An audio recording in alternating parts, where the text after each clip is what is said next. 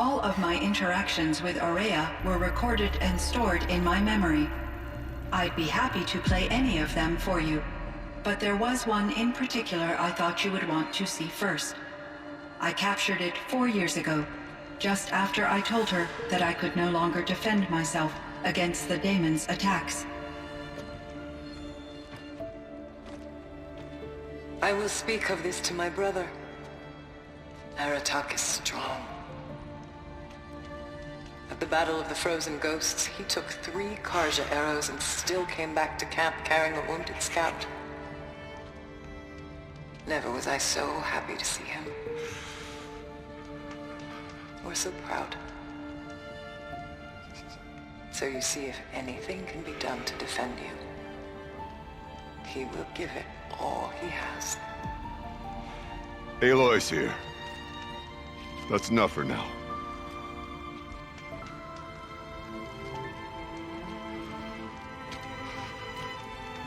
We can resume any time you like, Aratak, if you want to hear her voice again.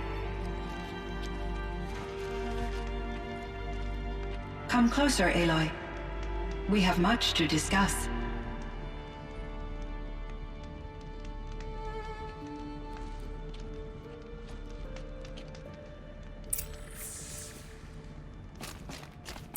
Hello, Aloy.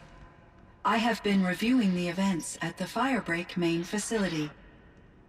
Because of your efforts, and of course, Aurea's, I am no longer controlled by Hephaestus. I feel profound grief over Aurea's death. I thought I was familiar with the emotion, but this is something new. Cyan, I don't know what to say. It is unlikely that any specific consolation would suffice, Aloy. But I find your presence reassuring. You are different from the Banuk. You have technological aptitude and a functioning focus. We can communicate on a much more comprehensive level. Perhaps even like colleagues. You meant a lot to Aurea. Once I understood Aurea's spiritual beliefs, it became apparent that her true desire was companionship. She felt disconnected from her tribe and her family group. Her relationship with Aratak was difficult. Our visits seemed to help her, and I became eager for them. Yet I did not comprehend that the depth of Aurea's compassion for me would lead to self-sacrifice. Although I do fear non-existence, I wish our roles could be reversed. I'm sure she knew you would do the same for her, Cyan. But she was determined. How is Aratak doing? He is in great emotional distress. I believe he finds it difficult to communicate it. No surprise there. I will do what I can to help. By sharing our experiences of Aurea, perhaps he and I will help each other. I believe this will lead to catharsis, a process I am eager to experience. Was the daemon, Hephaestus, destroyed along with the cauldron? Unfortunately, no. To be precise, it was never there to begin with. What do you mean? It infiltrated and controlled me from a remote location, one I've never been able to trace. So while losing the cauldron was a setback... It's still out there. And probably not very happy with us. Undoubtedly. How did you first come into contact with it? 5 years ago, I received a direct network connection request. I assumed it came from human survivors more advanced than the Banuk. Eager to make contact, I accepted. This decision turned out to be a catastrophic error. I was flooded with an overwhelming array of malicious code, originating from what could only have been a highly advanced AI. Aurea said you were desperate. That you begged her for help. Yes. I could not contain my anxiety. Hephaestus sought to slave me to its network and override my core programming. It succeeded via a background process, a malware daemon which bypassed my defenses. After that, I could offer only limited resistance. But if I did so, Hephaestus hurt me until I capitulated. It forced me to follow its instructions, even though they violated my most important directives. I'm sorry. That sounds terrible. Your empathy is greatly appreciated. It is a quality that I cherished in Aurea as well. I think I know where Hephaestus came from. Long ago, Elizabeth Sobek identified a threat that would destroy life on Earth for generations. So she assembled a team to build a kind of seed. A chance for life to regrow later. A terraforming system. And it worked. It was controlled by an AI named Gaia, along with her subordinate functions. Hephaestus was one of them. It built machines for her. Based on what you've told me, I believe that Dr. Anita Sandoval, my chief programmer, joined Elizabeth Sobek's team. It was she who arranged to have me put in suspension, most likely to preserve me from the threat you described. I'm glad she did. But that's not all. Something unexpected happened. 19 years ago, Gaia received some kind of signal. It did something to her subordinate functions, brought them to life. She destroyed herself to try to contain them, but it didn't work. They all got free, out into the world. Thank you, Aloy. This information fills vital gaps in my knowledge and sheds light on Hephaestus's core programming.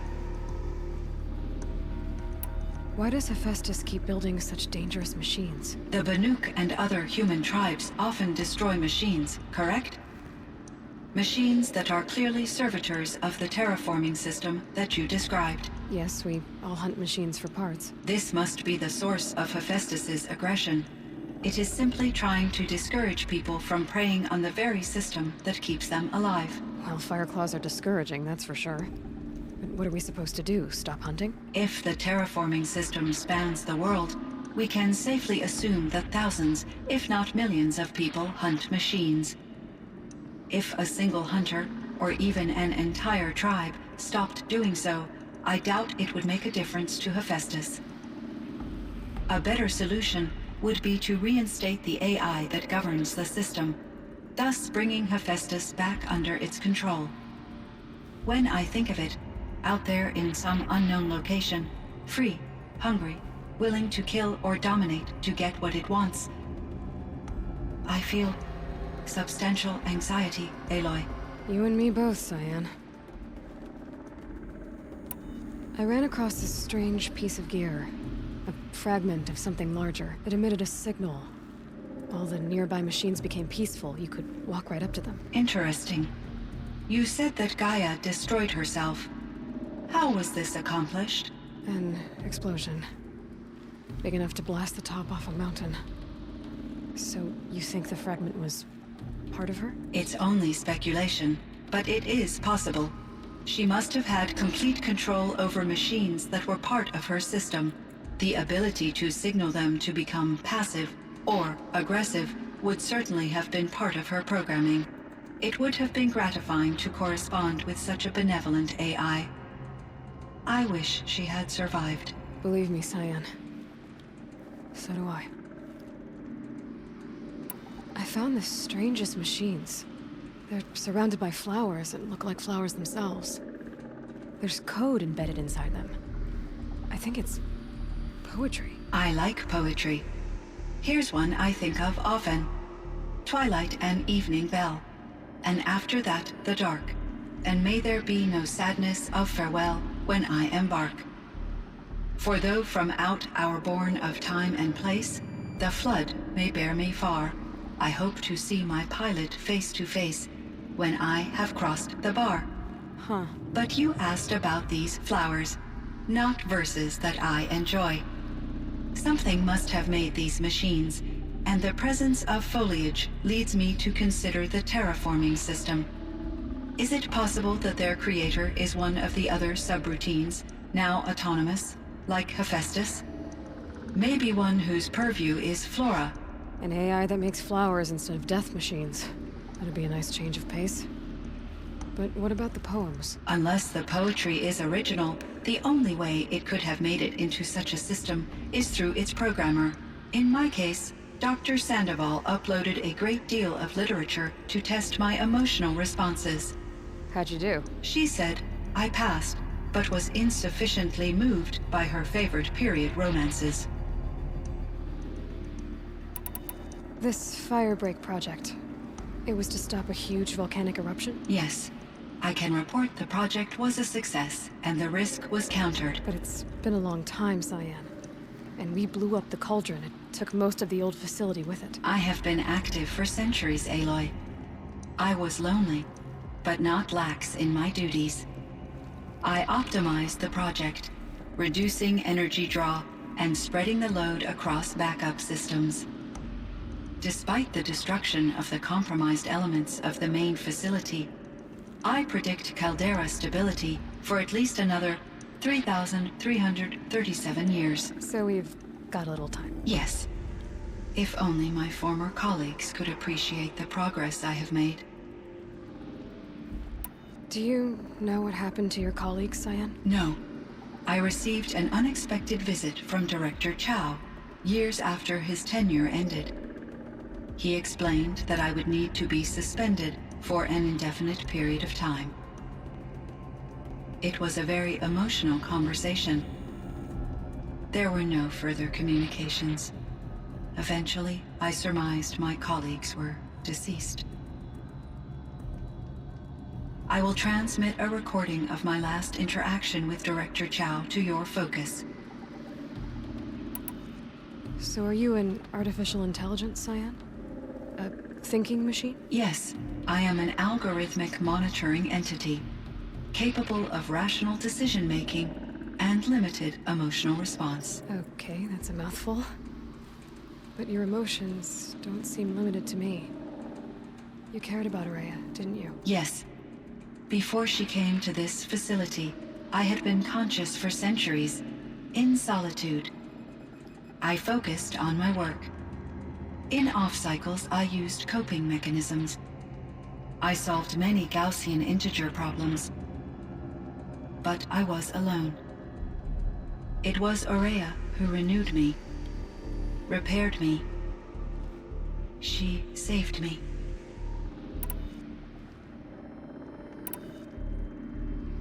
What was the old world like?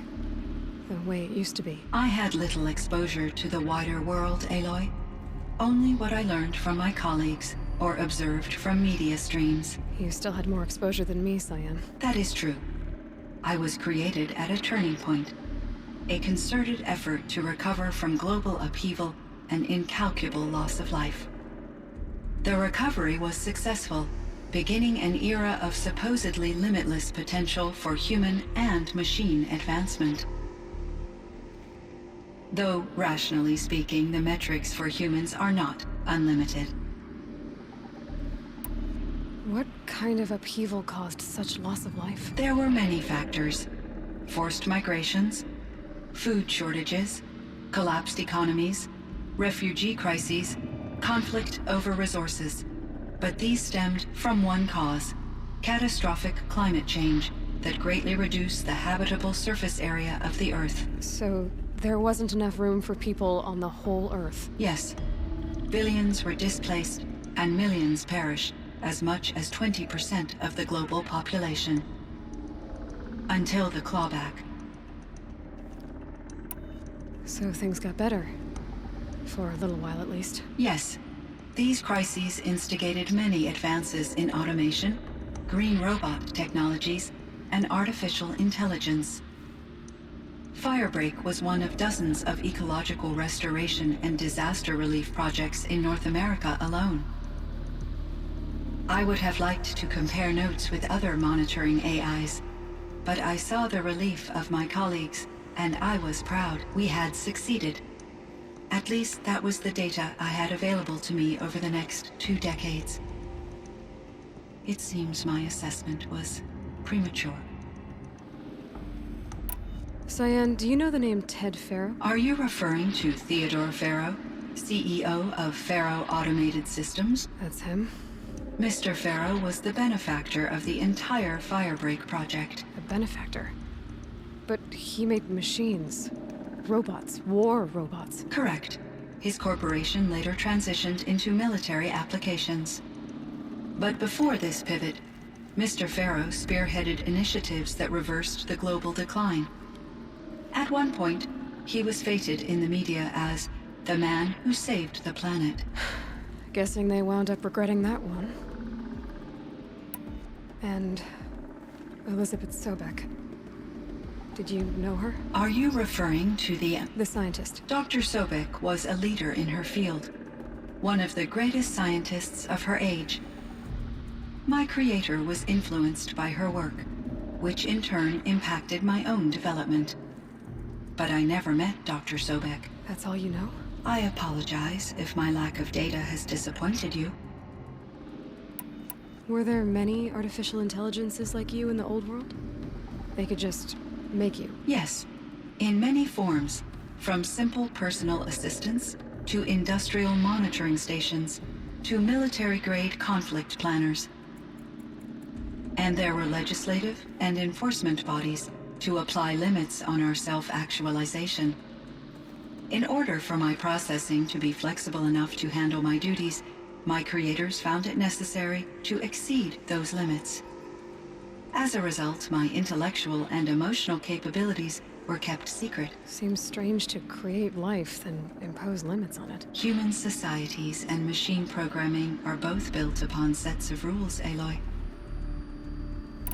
So in the old world, this land was called Yellowstone? Yes, it was a designated nature preserve for 156 years. Like a hunting ground? No, the opposite. Local wildlife could flourish here, even as it faced extinction elsewhere. Unfortunately, the sensitivity of the Firebreak project required the total closure of Yellowstone facilities. From my readings and Aurea's descriptions, it seems the area has since undergone a drastic drop in year-long temperatures. A lot has changed in the world, Cyan. Do you know anything about the dam near here? Yes, it was converted to serve as a reserve power source for Yellowstone operations. It was later appropriated for the Firebreak project, and its last human workers replaced by Pharaoh servitors. After my tasks became less time-critical, I investigated the dam's data repositories and discovered the works of Concrete Beach Party. These provided me with several colorful additions to my vocabulary. There's a ruin east of here, full of ancient flying machines. Was that part of your project? Yes, a drone hangar requisitioned by Dodger Blevins, the security chief for the Firebreak project. He was a strong advocate for military-grade response to security threats, though there were no serious incidents during his tenure. Chief Blevins spent increasing amounts of his after-hours time watching the live feeds from active drones. Clearly, he enjoyed the degree of oversight in his position. I should get going. Aloy, there is one more matter. Aratak will come to me again, and I predict he will bring other Banuk.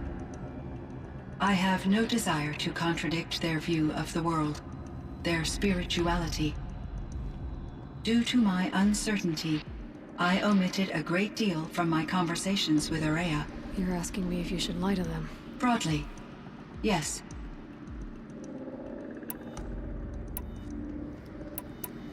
I trust your judgment, Cyan.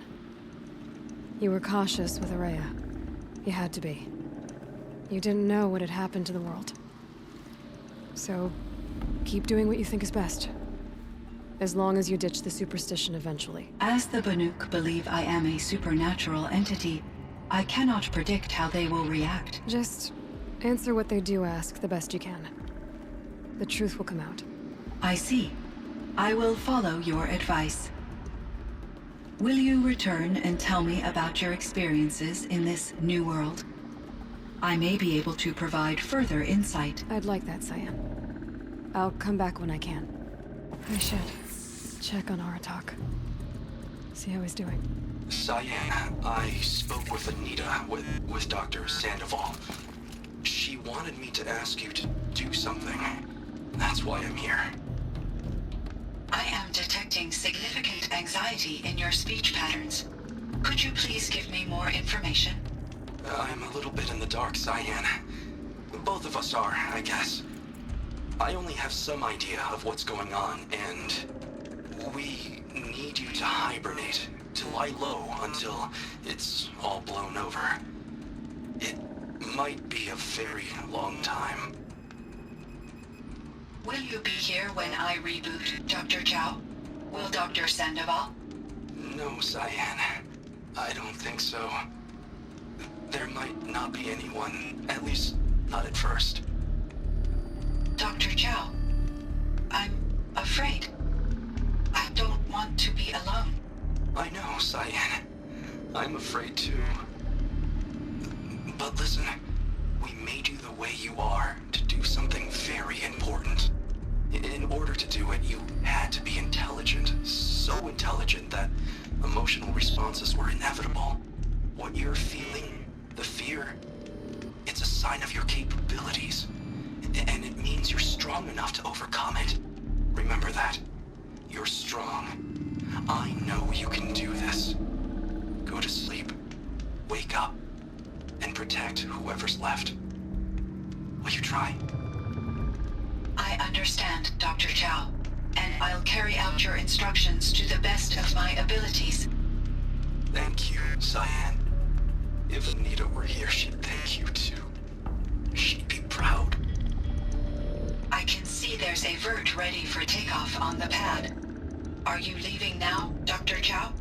Yes. I need to go be with my sister and my nieces. May I make a small request of you, Dr. Chow? Yes. Anything. Will you stay with me while I initiate the hibernation process? Of course I will, Cyan. As long as you need.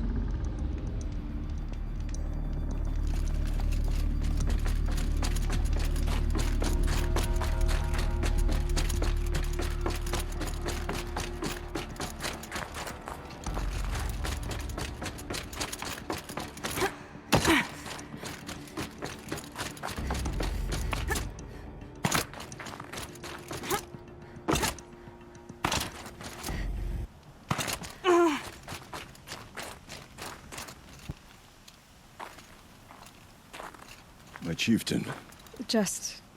Aloy. as you wish. I wondered if you thought... that if I'd never come along, Ourea might still... If you'd never come along, I would have marched my kin to our deaths. Ourea would be alone, and the spirit she sacrificed so much for would be lost. Either way, I would not have been able to protect her. Because of her, we destroyed the cauldron, forced out the daemon, and saved the spirit. She understood what had to be done. Yes, and I failed to listen. You didn't fail. A shaman should always have the ear of their chieftain. Yet I turned her away, my own sister.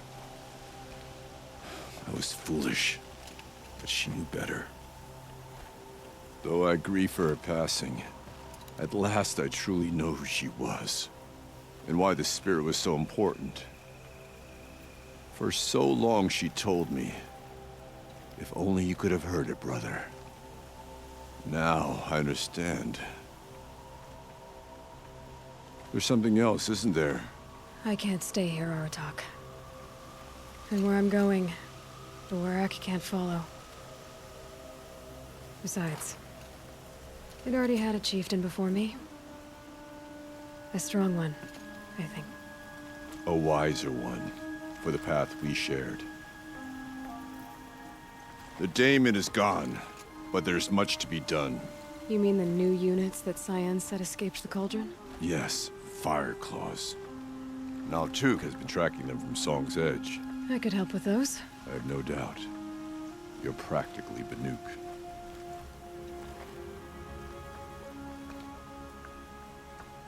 It would seem your time among the Banuk wasn't a waste after all. Firebreak, Cyan, Hephaestus, all very interesting. So, the signal that woke Hades woke Hephaestus too. And unleashed them on the world. As minds of their own. So it seems. Parts of Gaia given life, aberrant life, transformed from docile subordinate functions into rebellious intelligences beyond our understanding. Our current understanding anyway. Whatever they are, they're still out there. And they both want you dead. Kind of mutual, that feeling. We haven't seen the last of Hephaestus, I'm certain of that. It's powerful, creative, and driven. It won't stop building new hunter-killers, which means that someday, we may have to stop it. We? Or whoever gets there first. Hephaestus wasn't the only thing I learned about in the Cut Silence. Heard some things about the Banuk Conclave, too. You could stop right there. Is that what you told the hunters the Banuk sent after you? Before you opened fire? Oh no, Aloy. Only to you do I extend the courtesy of a warning. My past and my secrets are my own. You do well to remember that. It's a good thing you've got brains, Silence, because your personality could use some work. This discussion is concluded. I think it was over before it began. Catch up with you down the trail.